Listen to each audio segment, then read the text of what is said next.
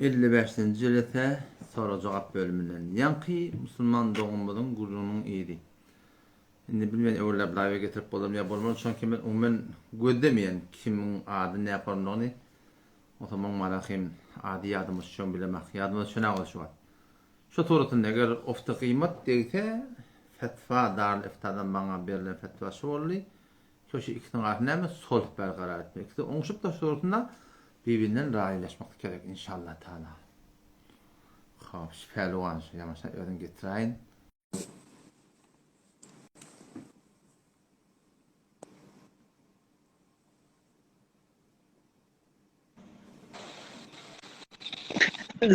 Selamünaleyküm müceddet. Aleykümselam. Ve de şöten yankı soran hakkında var ha. Ofta kıymata devlet falan çok of durdu bana. Zamanı 5 milyon, 7 milyon. Sen de doğursan bermeli durmakta şoňa doğru dedi. Şo näme diýip o da bana bir yamanlyk ýok da. Sonra ikisi hulasa sol etmeli oňşmaly baýtdylar. Yo haýyret men därdägem şu diýip bilýärmi? Hatta şu wagt şondan da alamakan gitken bilýärmi? Men diýdim hatta bir şunu bir soraşdyraýyn da diýin diýdim. Ondan diýdim haýyret maňa bir meblag gaby temettü men döwlet uğurdu karşınas gelip meselen uğurdu hasaratyny alatdy bilýärmi? Onu men heýke şu meblagy alamak kabul edemegän ýetken. Onu ben belli olsundan anlatataňa beripdir. Başardyndan gözeşdet albilemeň dagdy alsan sana aljaklar. Men haýyret men diýdim çon maňa diýdim şu hasarat gelen diýen dady men diýdim. Hatta şunu diýdim ki evvelen şu haramından gorkdum almadım bilýärmi? Diýmegi dogry riyada bolmadan. Ondan da ben diýdim haýyret diýim şu eden harjym berer men diýdim. Çon men diýdim oňa käň harj etdim diýdim şu eden harjym berer maňa rahat gerek diýdim bilýärmi? Şoň şu bitdige haram maqadyp şonu diýirdenip durdum bilýärmi? Yo şu kadar ecada bar. Gödeşiden motanka kıyamet malum olsun Allah Teala inşallah cennette onu gödeştirir inşallah. Şöyle bete memnun ilhaman. Burada ya memnun. Allah kuvat verin. Faliye rahmet faliye arkadaşlar. Allah muvaffak eylesin.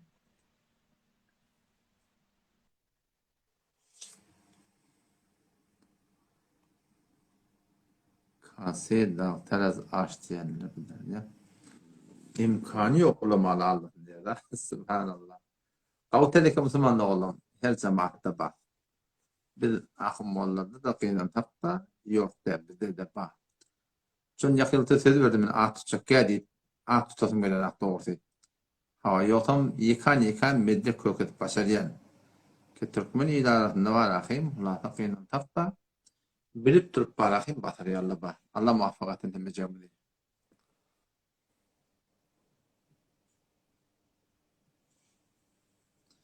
Da hakikaten bir telekedat sorulupdur yani. Kodok çok beni soraptır yani. Soranda da bir telekedat cemaada bir kademi ki denanatı var. Ortatın bir denanı ki erkeği var. Allah korusun bula kaçıp gidip de şu tortun oğlulu olsa oğlun küküne nikahı yok.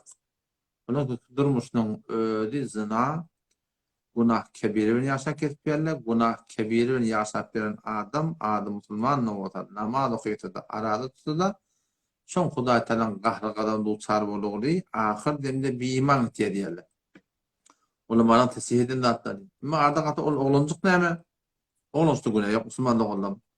Oňa etdi kıyamatyny ten palaýynda bolun diýen günü yok. Bärde de bir ýanakda musulmanda da oň ýüzüň daram ancak şu toratynda barahim yaşamaktan icada ve cemaada.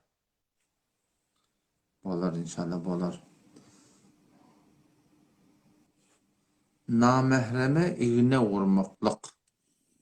Kadın mümkün bolluğundan namusumuz var. Erkek adam olup zinana barahim iğne vuruyan bolsan, işin şov olsa. Ya zinana olup da erkek adama barmal olsan, avvela aladamız şuna olmalı. Elhamdülillah Türkmen ilarafına bağırdı, yok değil. Allah'ımız şuna olmalı ki denanamı da denane öyletin olsun. Erkek adamın kendine erkek adam olsun.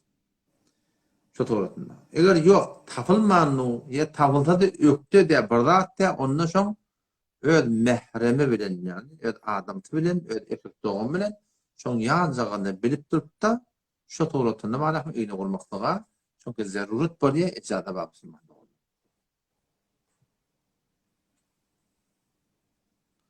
Tıkaydım o da erzi dijitaldan taraptırlar. Erzi dijital.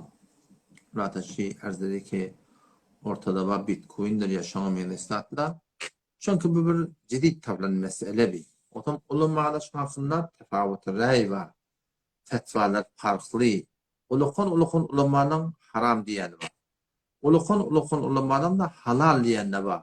Fetva taydan icada var işlemektir. Yöne takva ne? Takva kişilerin gören çekmektir. Peygamber Aleyhisselam ne diye? El halalu beyin. Halal belli zat. Vel haramu beyin. Haram da belli zat. Ortada mingli sahte var. Bir haram ka. Ortada hem qalanlar. Ştada Peygamber Aleyhisselam netiqati näme? Şu zatlardan gören çekin deyipdir. Onun için aydanmaz şeyli bir zatlardan gören çekmeklik qawy. Bir işlep bilen bolsa fetva bar. Yani men bu netiqatim baş arada eğer fetva amel edip de yeni dışlarda işecek bolsaň, diqqat fakat serfen arz edicidan alıp satýardyň. O faraksın var, aňy ýok şetlerine girip ýene burdadyr.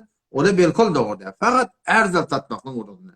Başga bir zat de. Fakat arz satmak hakynda men maslahatym şey, eger tagwa ihtiýar tawulsaňa beter. Fetva diýip eger işejek bolsaň, sen şoň hakynda istihara oky. İki rekat nefil namaz okup ya Rabbel alemin ve şeyde bir işejek bolan awdan dogasy var. Şunda men öňekde istiharany hak edemek. İstiharany story goýaýyn. Awaj ya Rabbel alemin diýip şu todahy goýdy. Ýalbar ýalyma haýr bolsa okdy şer bolsa, şunu işläýärmi ýa-da işlemäýinmi diýip özüni ýalbaryň. Hudaý tarapyndan inşallah geňişlik berer inşallah. İşlemelerini belli bolar. Sezaryenin de hakkında şeyde Müslümanlık olur. Eğer sezaryen etmeli olsa, kavsa neymi? Denanı şeytin. Yok, denanı yok bolsa da doğru başarına erkadama havuşa torutundan tüktere ecadaba sezaryen etmektir.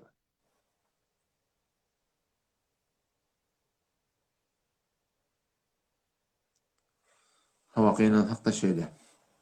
Ağul bıraktar deyiptirle, soram beylete beylek bırakılıyor.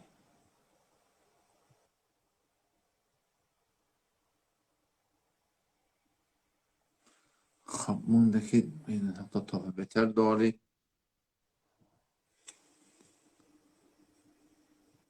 Kemalcan görelim inşallah.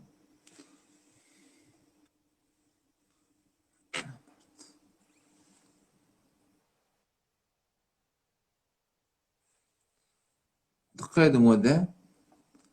Bir adam maşin alıptır, bir kıymet bilen. Minmeden çilim adam olsam, ya işlemeden çilim alan olsam, maşinle dikkat yok.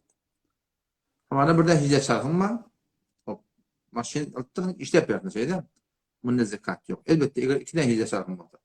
Ya bir hice çarkın bir dehtonun var. Son birden var, kıymetinden ya öyle son işleyene dikkat vermeli. Şu doğrultuda var. Ağaya go her na yap. Öyle.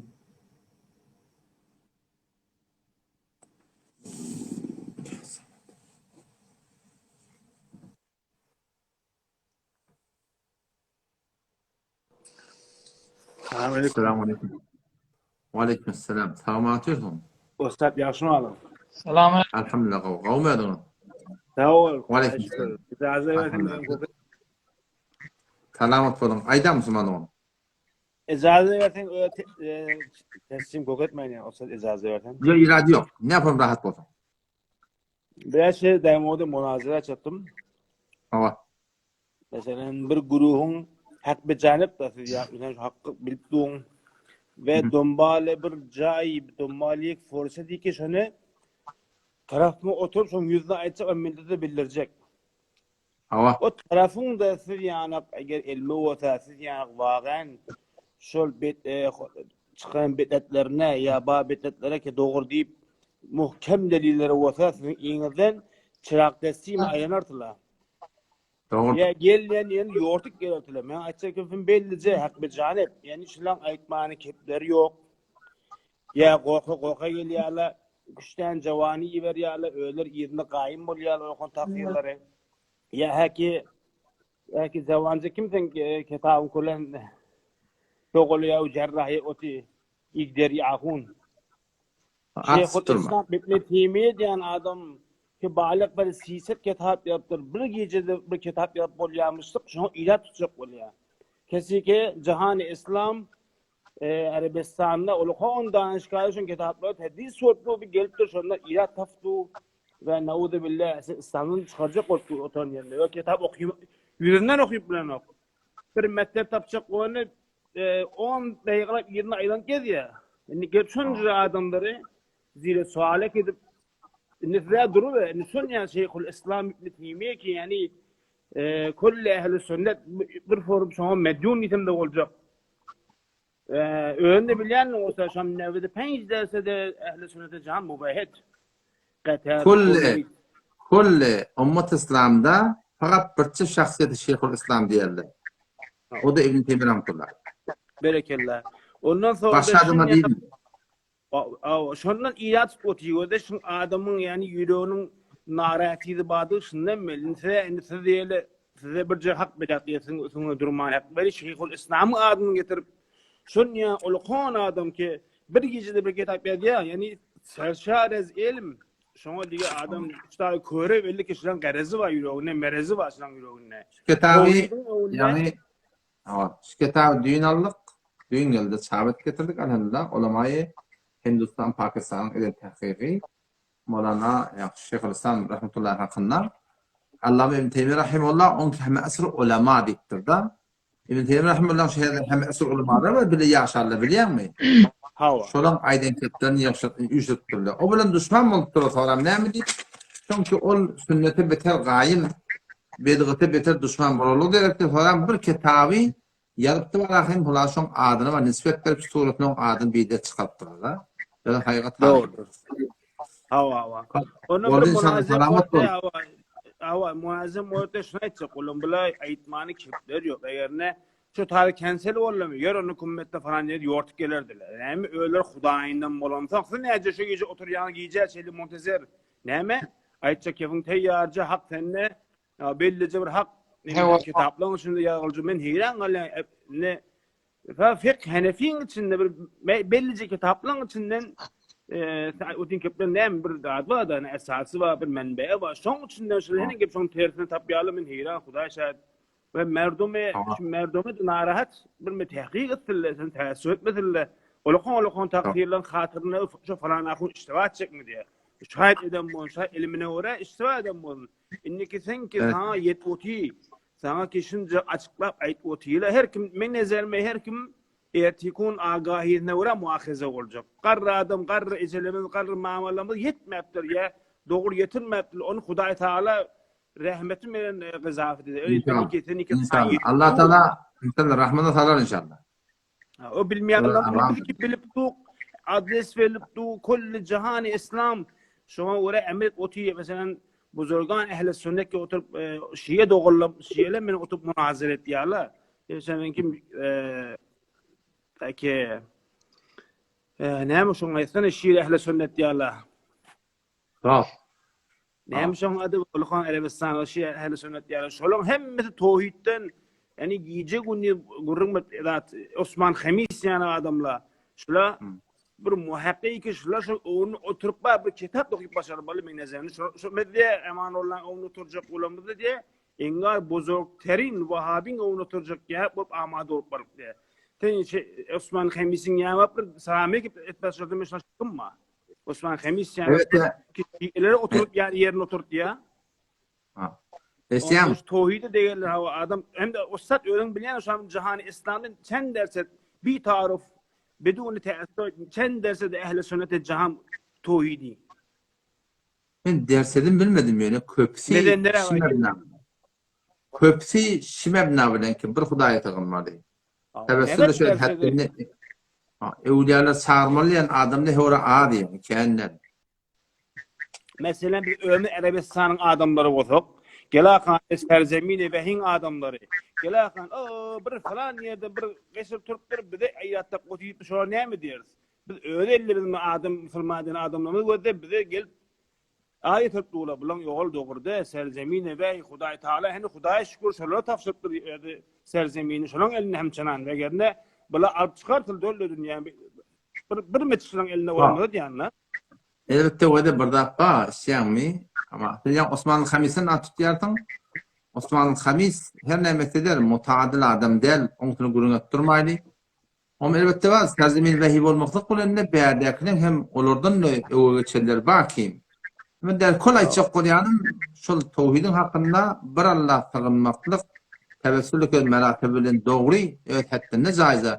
Bunun duyguyu da yok der yöne derse de beter adiyonu zahanda. Baba, yöne şu Arabistan niye Türkmen serada merduk iyi tutur ya aslında.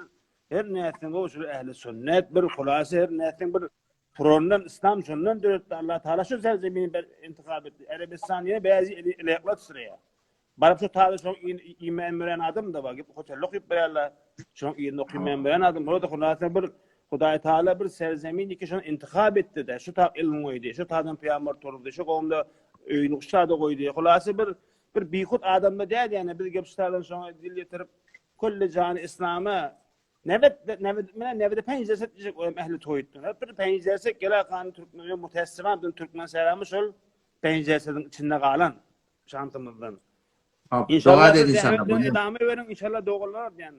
Hiç kuta gelmez. İnşallah elin gene eder inşallah. Tamam. Yani nefer hulası yola geldi. Allah hidayet Allah'ın elinde de peygamberin öyle başına yaptı. Olğan ağacını yola salmaya Hudaýyň gelse yani edame verin. O 100 neferden 5 neferde hulası şu yola gelse de hulası Allah. O kaptır bizim yerimizde Allah Teala'nın elinde kadar. Olur inşallah. Bolyan. Hiç naumit bolmaňyz yani her hep iş. Ya arkayım mı? Sizin yanınızda men bulamam da derdim. Yo. Arkayım ol. Bula ne kadar şiddet köketsinler, ne kadar üstünler, ne kadar celete vurtunlar, her postiki men eştiyen men aleyhime, men kanım önküden kârak kılıya, himmetim önküden kârak artıya, elhamdülillah men taraftan Hudaý Taala köp çıkır sosti diye anlatıyor. Doğrudur usta. Cezakumullah bir sonayden idim merdom bir. Bolyan. Cezakumullah. Bolyan. Selamun Evet aleyküm. de soyuttur hava. Sağ olun. Allah Selamun aleyküm. Ve aleyküm selam ve rahmetullah. Han olan kaptırlı bir bağ mı? Kaptırlı. Ve aleyküm selam. Selamun aleyküm. Canım efendim. Elhamdülillah. Hafız yolma kavmum. Sizin tamam. Kavmet hanım. Harmanla kuvat. Can Müslüman oğlum. Elhamdülillah. Men gayrı bak. Men adıma istem beni tanıyarsın adım Abdurrahman Hüseyinzade Daşlıoğlu'nu. Canım efendim. Yasin Allah'a gelecek. şükür. Her ayda ay girdik diye ben oradan şey ver. O men şey diyen ödüm sen gözü o değil mi şey diyen sen. O inşallah bir gün kısmet olur da bize hafız. Yatın da. Kavmi çarmaşlar. Bir hala fal porse dinledim. Hala fal porse dinledim de yanı bula münazara gelbilmediler da bilýän. Men hemmesinden habarym bir men muňa öwren arat boldum ba ahony Kemali dedi. Hafız olmak dedi. Türkmen seradan çık git ya live koyma diye da. Bula basırlı saçaran tapman bil bolma. Ya live koyma ya Türkmen seradan çık git ya live koyma diye eşdiýändir ya eşdirdiler. Hafız olmak Türkmen seran yerine ayak basman yer bolmasa da biz başımızı saklar. İnşallah. Mennete öt diyor burada yer. Sonra şayet kefte bir halaf bagıyeta. Türkmen seran ihtilafı o 47. yılda kitap orta hayatı kulu kitap paylaştırdı. Şu zaman Osmani Vehhabi ölçüttürdüler. Ayetlerin kebi yanlış. Onda merdinde mahriyakun galici tağdir. O al-kadakun tağdir. Şu zaman cüzü yazıp, kitap yazıp, birbirini hitap edip, gen rahattıra edip, bu Türkmen seran ihtilafı şöyle avulun yok değil. Avulun da ola iten kebide bir halaf bagıya tağinin. Tabi bir kebide doğru kep otamış kurlar. Hava bir tamiyet diyen zatlara bulan bir ece dädelemiz hemmesine koydumuzda bir diyesini sığırını itirendir bir 10 yıl sonra tapyandır. Hiç menki diyandır. Dedem neneme korkudum. Eş lafın doğru etdi. Biz oğlancık kakşı nene dede şey falan yerden ölüyün sadakasını isteyemizde sizin iyiliğiniz haram olupdur deyip biz suya düşürürdü nenem Subhanallah. dağı. Biz oğlan kalk. Subhanallah. Bagan aytyan doğru. Ha, biz nenemiz eline çiğ alıp kavup biz suya düşürürdük. İyiliğiniz haram olupdur deyip. Allah hayretsin. Allah hocam. Nişat da şey diyettiler biz Uyuyor oğlan kalk. Selamet olsun. İnşallah. Ben özüm 30 yaşında kadınlardan sonra kendidir diyen da. Men şu 30 yaş men gaw ýadymda Hakan Pakyr aýrylanyna men şonu 13-14 ýaşymda tutdum. Hakan Pakyryň öýüniň iýbiçkisini hemme zadyny lagyny sellim gulupla şiiriniň kontoruna baglap iýbiçkisini ýamalladadyr. Mana biz 30 ýaşa bölüniz de bilýär şu biz awada etýärli etberenne baýadyr da. Elhamdülillah. Doğru. Vallahi da hocam. Hawa şona Allah uzak diýdim. tutsun. Jazakallah. Halyň soraýyn diýdim. Köp Hocam selam. bolýar. Hocam selam. Hayrat edäňizem. Jazakallah. Olya muvaffaq. Aleykümselam.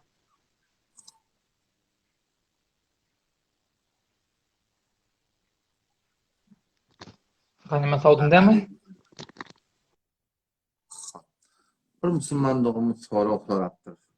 Gaynatasının ölünne 20 yıl bolupdyr. Gaynene gaynatan yerlerinin hemmetini eýlentir, haylanak diýer. Elbetde men tada bir taraplyň kefeştip barahym hökmetçek bolamak. Ýöne eger şu aýdylan ketçinden dogry bolsa, şu gaýnanan edip beren işi dogurca haram musulmandygy. Şonunla gaýnanan tekirden bir hakkı var. Gyýdyň näçe bolsa ýatyp, bir gyýdy bolsa, iki gyýdy aýratyn hakkı var. Oğlanyň aýratyn hakkı var. Ontadan gyýdyň gapdanda köröken bar. Körökenin gapdanda otapdy marahym ýegenle bar. Onu şu taýdan haýtyp musulman doganym şeýle bir daha edip beren bolsa, o kullen haram edip beren adam onuň ne namazy kabul bolýar, ne arada kabul bolýar, ne hazy kabul bolýar, ne tadaka kabul bolýar, hissal kabul bolmaýar. Eger şu toğradan nahak, haýtyp nahak bolmak etmeýär. Nahak milletin hakkını ipiyip tüstörle getipirte ol adam ahada bir imanıdır kardeş. Onu menden aytmak düzen esnyok özümü kabul edersiniz. İmanı gider sonra.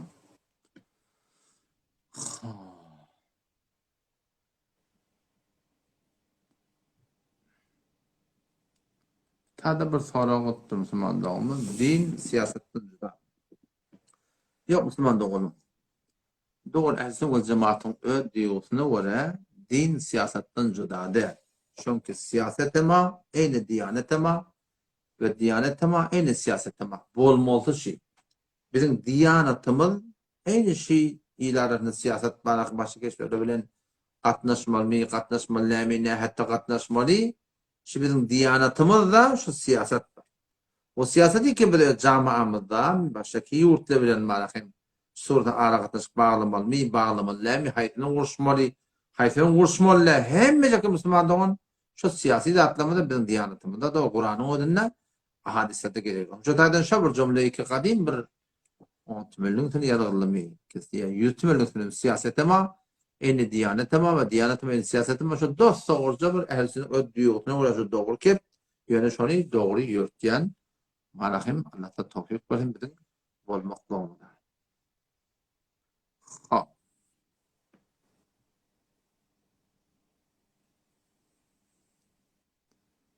Türkmenistan'dan bizim haberimiz var. Sen yancılan da kardeş.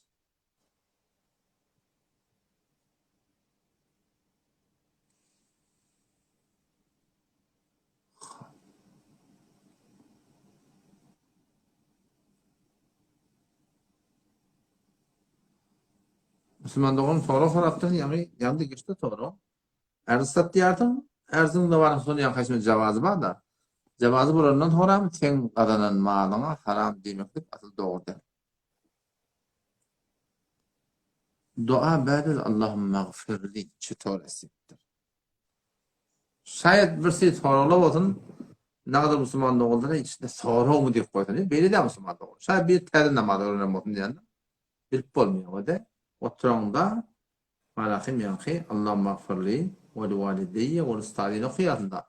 Onun uçak marahim ettehiyyatu Allahümme sallallahu aleyhi ve Allah mahfuzun dua okuyacak olsan ecada. Ne okuyayım ol halanı okuy. Allah ne Rabbena etine okuyacak da olsan Rabbena la tuzigh kulubana okuyacak olsan halanı. Ne mi dua okuydan idinden okuyamam hiç müşkül yok.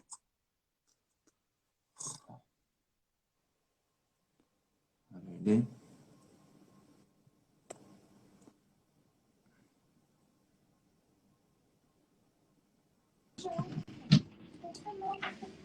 Selamünaleyküm. Selamünaleyküm. Selamünaleyküm. Selam. Tamam atıyorsun. Memnun. Kovdem akun neden? Elhamdülillah. Kavmel hanım. Memnun mersi. Kovdem önden. Oui, elhamdülillah. Zamsıman da sonra muhayda. Akun neden salim maktay? Hava. Ne İktibarla Adem iş menteği Asya'da haberim yani de baktır. Hatta Hazreti İsa Mesih'de Filistin'e baktır. Hava. Şunu soracaktım ben şu. Gururun şun üstündeki anında adam yokmuş kuliyam. Sen şu Yani- Amerika deyip duran yerin ödü. İşte Avrupa, Amerika deyip duran yerin ödü böyle ne çiğdir otursun taplarının ödüne biliyor musun? Avrupa İsa Aleyhisselam'ın ki can Avrupa bağımsızlık diyen. Avrupa bolsa wada İslami taydan aqidasi hayti bir yerde eğer adam ba bolsa adam ba yere peygamberi verir. Bu bir mesele. Eğer hayti bir adam ba yere peygamberçilik iyi vermedik bolsa, şolar davet etmedik bolsa, şola barahim iman getirip tuturutun bir diğer yaşamaktan mükellef de değil Müslüman doğru. Şeyden. Oğlum akun neden yendi bu sağ? Can. Şu Mufti Merdani ne mi deyip adam kara selle geliyor. Şu min beter zihnim meşgul etti. Ne mi den şimdi? Sünnette bağlat Müslüman doğru. Sırahaten hadiste geliyor. Peygamber Aleyhisselam Mekke'nin fethedenne kara telleti vardı. O şüpherim tallaması idinde var. Hangi suretundan alaka değil. Onsa bağlı diye. Sünnette bağlat Müslüman doğru. Sünnette olansan yo men ay şehit muka işim yok işen muka dipiyordum.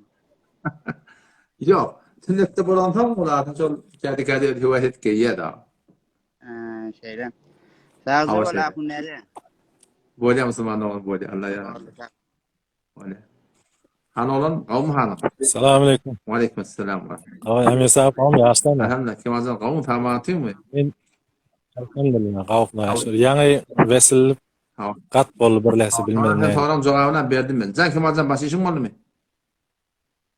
Hava sorum men ola soru dedi. Ol bir izhar nezepti da bir sorum bile Hava. bir şeyin awliya Allah hak da emin sahip. Awliya Allah hak. Kur'an'da da geldi. Yişek hak. Yönüş bir nefer awliya diyerler. Awliyadan velidi nereden biliniyor? Aya bir nefer awliya Allah ölünden sonra şon awliyada belli oluyor. Ve de Şu an men nezerime Türkmenistan Bayezid Bestami'dir yani bir yerdir. Abul Hasan Karagani şular awliya Allah diyorlar. Şular nedir oluyor? Ölünden sonra belli oluyor şular awliyada. Ya bir öz baqa hayatına kerameti bardadi bam. ve de Şu an başla men bir adam tutuka yöne bilen şu ulema alamın içinde şu vaqa hayy hazır. Bir ödü bir form tevehhüm awliyayı var. Madam cümlelerine birini var ya yaqiran. Şol ne öde men awliya diyanak. Yöne meselen beter awliyalardan ken kepliye. şeyden. Şunu bilecek. Nereden bilip böyle bir nefer awliya Allah'ını. Hava de Ya şu bir ölünden sonra kavruyorsun. hava. Aa. Önce sorunma rahim qıytqıskırnay deyin. Ölünden sonra evliyalığın değerliği khas bir alamat şol kabirdan görünmektik delil olup başarıya. Hamana. Oluptur evliyalığın içinde kabristana var gömellerini iyiden şu içeride koyarlar. Berdeki barahim daşlara da koyma kala orada içeride namaz okuyuptu diye. Şu formül delil olup başarıya. Ya bizim öz ulama diyor bendimizden şu adı söyleyeyim 20'den eylak alim tebliğ ilim de var içinde. Çünkü ölünden sonra şun kabrından bir hoşbu iyi çıkıp bana suratında daşçıların belli olan adamlar var. Şeyde bir adamlar nişanı bulup başarıya. Ya hamane bazen boluyor ki yani kabrın içinden malahın Kur'an'ın tetik ediyor. Şöyle delil bulup başarıya ki şu yatan adam Huday Teala'nın velidi, Hudayın Teala'nın doğusu olmalı. Elbette diri kabir adamın evliyalığı değerli belli olacak bolsa onu şeriate mutabıklığına gördürmeli. Şeriate mutabık bolsa, sünnete mutabık bolsa, vücudunda ne keramatda sadır olup ünnete görünse, şoňa barahyn öli diýip bolýar. Bir adam ma hamana ferezen, bir adam ma şoň vücudunda gen ratda görünýär. Duas kabul bolaya gördüm. Emma bolup berse haram iýe. Haram etdiye, haram ýene etdiye, ona istidraj diýdi. Mekre ilahi. Allah Taala şoňa tutmaklygyna bir ýolly bana düşünýär da. Odam şu taýdan barahym şol dini ýaşaşyna gelen adamyň weliliğini ya weli dälini sünnete mutabıklygyny ödemeli, şeriate mutabıklygyny ödemeli. Oşan wujudunda keramatda sadyr bolsa, şoňa weli diýip bolýar. Sünnete mutabık bolmasa, alyp barýan ýol bidgat bolsa, wujudundan geňrak görneni bilen, doğa kabul bolan bilen ol barahym Allah'ın dosty belki şeytanın dostu bolup düşýär. Alamat. Yeni ikilenci bir sualım. Bir tane klip gördüm Mufti Azami Tacikistan. Ha. Yani wagyan narahat bolup, meselen şoň reis jomhury, meselen İmam Ali Rahmanov. Şol bir tane olokan öz häksini keşwerini kullen saqqal goýma ta salip meselen 50 ýaş olança kullen memnun etdi. Hava. Onam şonu Mufti Azami Tacikistan ağlap aýtdy, "Ay İmam Ali Rahmanov" diye. Sen niye şeytir diye saqqal goýma, musulman saqqal goýmagyň öwüni geçýäň diye, saqqalyn sıyırma diye meni siraten şoň öz agzyndan içdima. Saqqal sıyırma diye der hukme, yani bir nefer saqqal sıyırdy, bir musulman saqqalyn sıyırsa diye şoňa diye wajyp bolýar diye. Şu biziň mezhebimiz ödäni Hanefi mezhep. Hava. Musli diýilýär de bilýär. Yani bir tane diye wajyp. Musli diýip bana musli diýilýär. Musli diýeni hilgata burnu ketýär, kulagyny ketýär, ýene burany ketýär. Odam saqqalyň utan şoparyň guruna delle ba. Elbetde fatwa şom ýa şodem on bilemek. Şonaýdan, Yani diye wajyp bolýar diye. şonaýdan adamda ba. Şu atamana buradan taqqalym ba bilýär, taqqalym ba. Gele kanan bir maňa ýamalygy saqqalyma sıyırsa, şol adama diýet wajyp bolýar, şeňe meniş gurunma elbetde fatwa barmysyňa ýokmusyň daýyk bilemek. Indi diýen ahirki sualym indi kän merak etdirmän bir emdidahun tasir men hewra gowuryan ödüm. Haşit. Onam şu ýanky gaziýede märi bir modar nezerim de wagt ewel bolçan öň näme diýdi? Emdidahun tasir eşdiýändir ödüm. Inşallah eşitmeýän bolsa şunu eşitdirsin çon ödüm agzyndan eşitdim. Näme diýe? Näme diýe musulmanlar diýe. Bir näçe aýtýan zatlaryňyz diýe, meselen namazyň ýerden doga etme, Kur'an okuyma, ya adanyň ýerinden qamat diýme, ya bir meselen emvata tevessül etme, şula bolasa hukmu mustahab diye. Diye pardyňyza gaýym boluň diye. Şu bir wagyn, yani abitala bilen madraşyny gaplamaly zat. Biz şu wagt gözdiýärse türkmen serada Hudaý walla billahi oglulymyz pardyny, yani pardymyz bitmeýän näme sa. Onam gelip şu wagt bir näçeler nevit adam öten aşam bugün aşam da live'yndadım şoň. Yani bir oglulymyz gelip men dedim, nevit jan dedim. Aya dedim bir mustahabbaty täkid edip, mustahabbat bilen meger İslam terakki etýär dedim. Mustahabyň hukmy bolasa dedim. Yani şoňa men emel etsem şonda men haýr bar. Sowap. Emel etmehem ma günah ýok. Men dedim el çekin dedim. Parzdan gurrun edin dedim. Bir sünnetli terk bolup oty dedim. Şu jürek bir ýagdaýlar bar, şolara garaýan. Benadakda hawa, Wagdym men elhamdülillah sizden iki tane olokan ulamasy hoq. Siz de şu tefkik etdiler. Der söyledi ki sen bilen Mufti Emir sahip merdani de bu bizim Türkmenlerin ulamasy. Meger siz meger daşardan geldiňiz. Siz de bilen aqullamylar. Doğrudur. Hawa şeýledir hawa. Ha, onun muny wadyra bir näçelemiz indi bizim garaçy da, garaçylarymyz wadyra gelip muny fikret ýerler bir daşardan gelem kedi bawajan şu bizim Hafiz ýolma bilen Mufti Merdani şu bulada bizim Türkmenlerin aqullary o gulak assan görüň näme diýe. Görüň gulak asyn Kur'an bilen sünnet bilen mutabakyk edin agzyndan çykan köpleri. Yani wadyra Imam Azam Ebu Hanife'den mi ya? Ramazan täze şunda bildirildi Türkmen edini bilýändirler. Türkmen serada okuýdylýan kitaplaryň 100den 99-syny bizim ustadlarymyz ýadygy. Bizim ustadlarymyň kitaplary bolmasa ki, Beluçistan, Hindistan, Pakistan okuýduklar. Şeydemi? Eğer bizim ustadların kitapları bolmasa Türkmenistан hücrelerine sen yördü ben bolmayan Müslüman. Abarım ha, vaqiya tarşan. Yeni birci dene yeni birci dene hakim intiqadım Kaşet.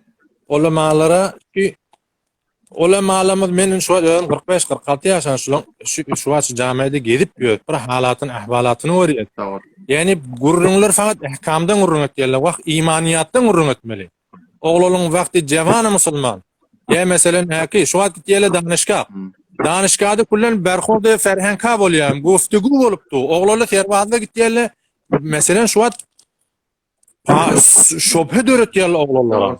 Mesela muğrizlik kanda şöphe dörüýär. Bizim ulamalaryň bir imaniyatdan gurrun etmeli. Men bir garaça ýöne bir ýa-bagan nimem de ba mutalaatym ma. Bir imaniyatdan gurrun edin. Wallahi billahi iman zayıf. Doğru. Bir de vadyra şu pasuk bu şubahat yok. Pasuk bu şubahat. Men şu wagt näçe meni suallary mesela nimelerden soraşdym aqulymdan. Wagyýet jogap berilmeýär. Aga mesela ne jawan ne aga diye. Şu wagt diye mesela bir gyýda olan nipdi danışgada. Danışgada ýokuyan öz familiýamdan. Şu wagt din İslamda näme diýip diýeýsen diýip nesbe diýmek. Şu wagt bir öz ulamalarymyň bir neçe soraşymyzda jogap başarmaýar. Doğru. Şu pasuk bu şubahat öğretmeli. Pasuk bu şubahat öğretmeli ki keplerlerine. Yani şu tadı deran var cevap ol. Men öl mahallemizdeki öl mescidimin ahurunun babir 3 yıl oldu. 3 yıl oldu bu sual verende näme howlukşyň diye. 3 yıl oldu cevap tabana. Şeyde. Bilemekte diye. Men nuqlada ulama taýyserme ulamalamy nimetmedi diye. Yani wagyn intiqat pezir boldylar. Ulamalar kiçelden hiç açanmadyny ýarym var haýygaty. Men nezerime şeýledir. Bir şey. Hiç açan niyetim madıra ulamaly kiçeltmedi de. Yani bir säy etmeli, talaş etmeli. Bir yani ehli sünneti Türkmen sehra Türkmenlemi yan qaydyp geçenim amary lahazan 1000 ponsada mı musulman ehli sünnet musulman jan. Onda da bilen ettamyz wadyra oğlu ma'ruf wadyra laý ozony para dip barýar haýgaty. Hava şeyler. Bolar inşallah Allah muvaffak. Bağışlar anamızın. Allah ceza hayır versin. Allah kuvvet versin. İnşallah biz de dua go. Bizim de hakkımızda dua edin. İnşallah. Cezakumullah. Selamun aleyküm. Böyle. Selamun aleyküm ve rahmetullah. Selamun aleyküm ve berekatuhu. Telefon dertte de öyle.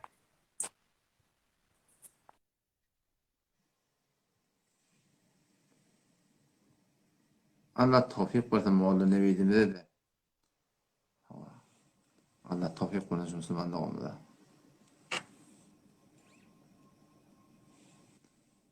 Dikkat edin o da dede dekatını öz qeydina berip bilmeýär. Dede öz dekatını öz qeyd aqtygyna da berip bilmeýär. Bu dogry, akıl dogry.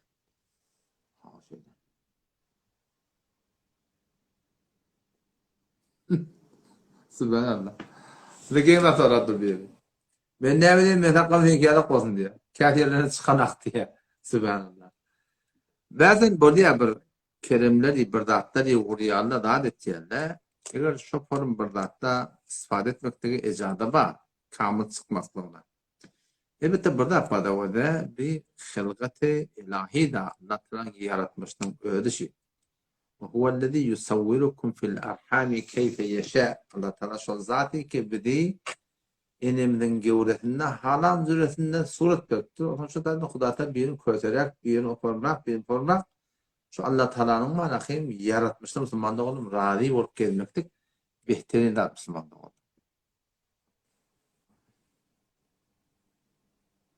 Müslümanlığımda deyiptir, men işlep başlamak, direkt atıp başlayayım deyiptir.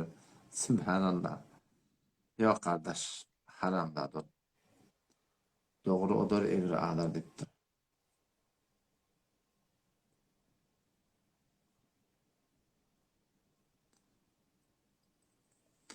Bir Müslüman doğumuz il arasındaki diğerden bir yana etiptir. Yakinen hatta Türkmen ili kadimden namusçanlığa beter məruf. Yani təyədən məri ben duygulamız, fikirlerimiz hulata belli şeyin değişip öğüt oldu. Namusumuzda qaim olmani, namusumuz ortam manakım ne şey yığmana, şu sorusunu otarmana, pamuk gene burada. Müslüman doğulum, şıratlar asıl doğulat değil. Sen namusuna. Sen namusun bak birinin önüne onu çoğu edip oturup kalıp Müslüman doğulum. Bu da namus etmeli. namusdur, namus etmeli zat. Namusdan goýunda imandan sonra näme musulman malaky şol bir iftihar eder ýa-da göteň adabyny ýokar ýa-da. Ene Hudaý hakykatan bir hata bolsa, bolmady iş bolsa, sonra bir ölünçen başyny aşağı çekdi. Hudaý taala bu Hudaýda şen özdür. Namusym form ýotdy barahym bir beýle şeýler. Bir adys pullan şeýle ýene bir atdan şeýle git. Hak etmekdir. Ya ortam barahym gunaşdan söýlede nagdyr mesligine çargydylacak, ýalygajak, ýene bir adajak diýip Müslüman dogrylam.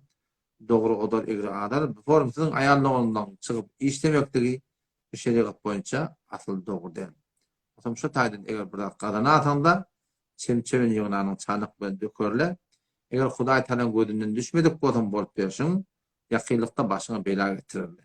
Belki Allah şonu oýlanadym ýani. Her kim bolup berşi Hudaý talan gözünden düşmedik bolsa başyna sarajak bela getirýändirler. Düşündirmeden şeýle. Düşünmese näme? Ol Hudaý talan öýdüge wuri akıl öýt başyna goýandyr ol adamlar. Ya Allah.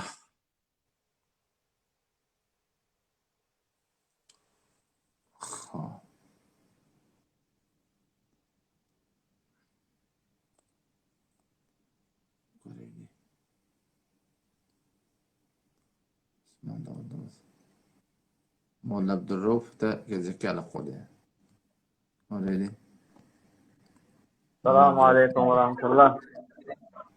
Wa alaikum assalam wa rahmatullahi wa barakatuh. Mollam qawmum. Qawmum. Tarmatym. Alhamdulillah. Tasaq. Yaxşy halyň, jan tam. Hudaý şükür Allah qatda. Tamam. Zamallam işim bolmy? Awa ýa-da bir dostumuz Nebiýi Haliliýden bir intiqad etdi-de. Onam hem de imaniyatyň hakkynda aýtdy-da meselem. Şahdy zamana edebin hakkynda mesela ösalarsam bir Türkmenistan'da bir oğlan layıma geldi. Onam sonunda diye Türkmenistan'da da bazı adaşın yani mesela o bir yerine Vahabi bir ya bir yerine mesela olayı halafet hizmetlesin ya onun mesela mutabık olsan da yaşasın. Oli ihtiram ulemaların arasında kendine.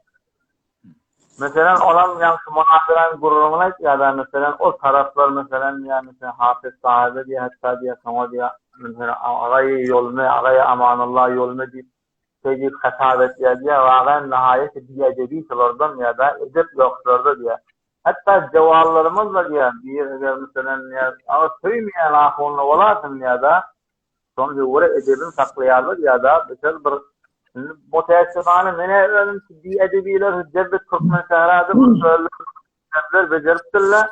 Sonuçta ne oluyor mukadiyanlar? Suat mesela men öğrenim ben mesela mesaile kaçsamak, mesaile kaçsar yanak ne alim de diye mesela. İmaniyattan kurulursun, amana hayır koyuyorsun, amana o nebi yırtır ağa mesela edep yoksa her form şeklet çıkarıpsın, toyuptan kepleyen mesela sen dönasın ağasa cesağa götür. Sen tevessül şer'i diye ayıptırsan. Ağa mesela gelmeyen amana gayrullah'dan bilemetliğim men sabit etti.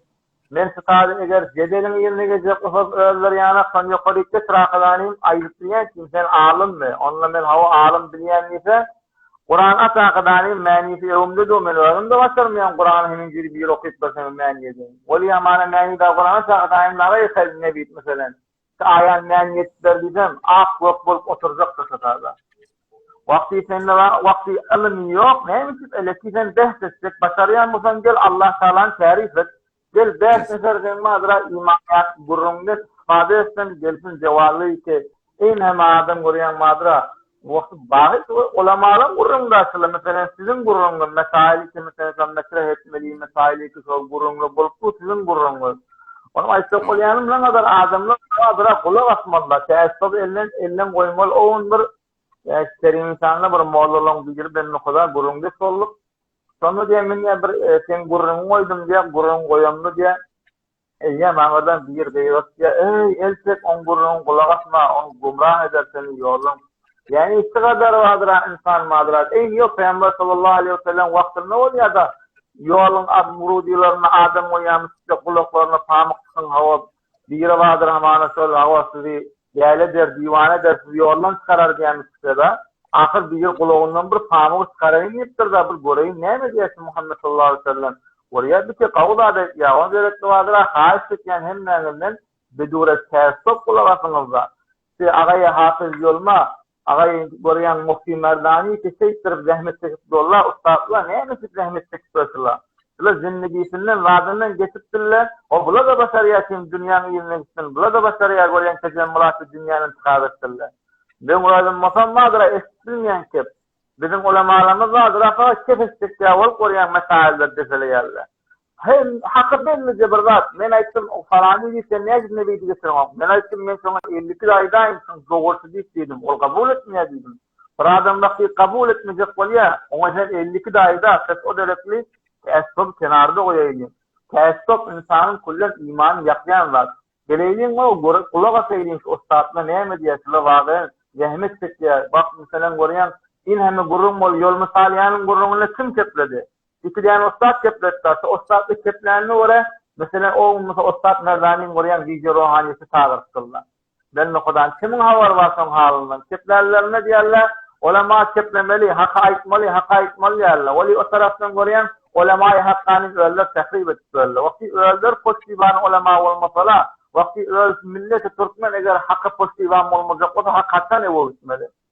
Belli cebirzat da ustad aýtsa bolýanym, hemme zady aýan cebirzat her kime ya men Hanefi mezhepden delailimsi diye. Bismillah her kim bir sefer ýa-da ansatlyk var. Ustad senin erzlesin, senin caýgan, senin madra makamyň men ýanymda erzlesi bar. Tamam ulemalar erzlesi bar men ýanymda. Ori men aýtýan Peýgamber sallallahu aleyhi ve sellem wagty bir gelýär ogurlyk adyp, şonda görýän madra Hazreti Maazyn tostat ewa talýarlar soňra desek bolup, Peýgamber sallallahu aleyhi ve sellem bir ogurlyk eden elini kesmeli diýende bir sahaban tiýet ýaly sifarat etdiňiz. Yok. Hazreti Zeyd ediniz. Hazreti Zeyd'e otalýar. Onun Peýgamber sallallahu yok bolýar soňra gelýär aýtýar eger diýär Seyyidin Hazreti Fatime de o eger wadyra ýa-da muhammeden o elin seferine Peýgamber sallallahu aleyhi ve sellem ahkamat-ı dinide ýumşaklyk köketmekdir ki hukm ahkamat-ı dinide Peýgamber sallallahu aleyhi ve sellem gatyýet bilen durupdyr we awwaky sefde gelipdir la ilahe illallah diýipdir nefi edipdir tamamy gaýrullahları.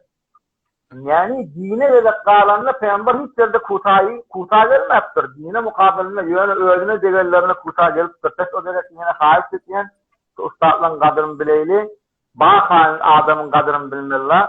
Baka kadrını bilmirler. Bir vakti haydi bir alim suat Allah'ı koyuyor. Yok hakikatta teessüp desi. Ya bir taraftarı da haydi bir alim diyeceğini Allah'ı koyuptur. Size vazıra inanı koruyan beyanat irade veristir. İmaniyat aytmayam aytiyan. Mesail aytmayam aytiyan. Mesail ruz aytmayam aytiyan. Kimsin yani özünü gidin vakfedip koyuptur. Vakti için yanak bir size vakfedip koyuptur, size kadir bilin de, nasukri etmen, nagadir etmen, Allah Teala vadıra, nagadir etsen vadıra, Allah azaptırır. Kadirdan mutlak Allah Teala vadıra, bizim vadıra, vatanımızı, bizim mantıkamız abad ediyoruz. Sına istiyorsun Ustad, cezakumullah khayr, Allah muhafza. Yedin akba, cezakumullah.